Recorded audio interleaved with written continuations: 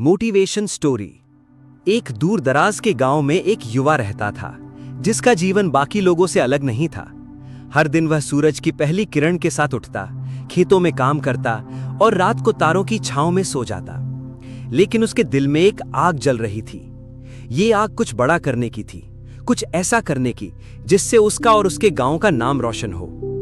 गांव के लोग उसे सपना देखने वाला कहते थे, क्योंकि वो अक्सर आसमान की ओर देखता और अपनी आंखें बंद करके कुछ सोचता रहता था। वो अपनी सारी बचत से किताबें खरीदता और रात को लालटेन की रोशनी में उन्हें पढ़ता। ज्ञान की ये प्यास उसे रात भर जगाए रखती।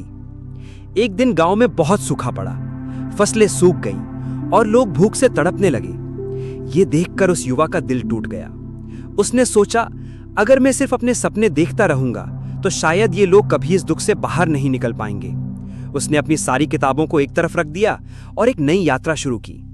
उसने गांव के सबसे अनुभवी बुजुर्गों से बात की और उनसे सीखा कि सूखा क्यों पड़ता है और इसका क्या उपाय हो सकता है। उसने पहाड़ों पर जाकर वहां के पानी के स्रोतों को खोजा और महीनों तक अकेले एक एक पत्थर हटाकर पानी का रास्ता बनाया।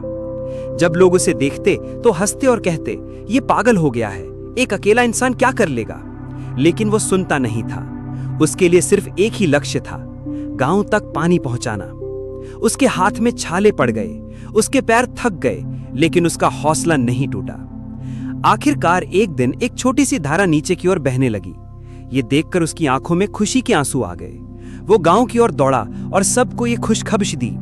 जब गांव के लोग वहां पहुंचे तो उन्होंने देखा कि जिस पानी के लिए वो तरस रहे थे वो अब उनकी आंखों के सामने बह रहा था।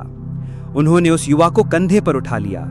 आज वो गांव सिर्फ पानी की वजह से नहीं बल्कि अपनी मेहनत और लगन की वजह से भी जाना जाता है। वो युवा आज भी उसी गांव में रहता है, लेकिन अब वह सिर्फ एक सपना देखने वाला नहीं है, अब वो उम्मीद कहलाता है। उसने साबित कर दिया कि जब आप अपने सपनों को सिर्फ अपने लिए नहीं बल्कि दूसरों के लिए भी जीते हैं तो वे सच हो जाते हैं और आप एक असली प्रेरणा बन जाते हैं। ये कहानी हमें सिखाती है कि सच्ची प्रेरणा हमारे अंदर होती है और जब हम इसे दूसरों की भलाई के लिए इस्तेमाल करते हैं तो हमें सबसे बड़ी सफलता मिलती है।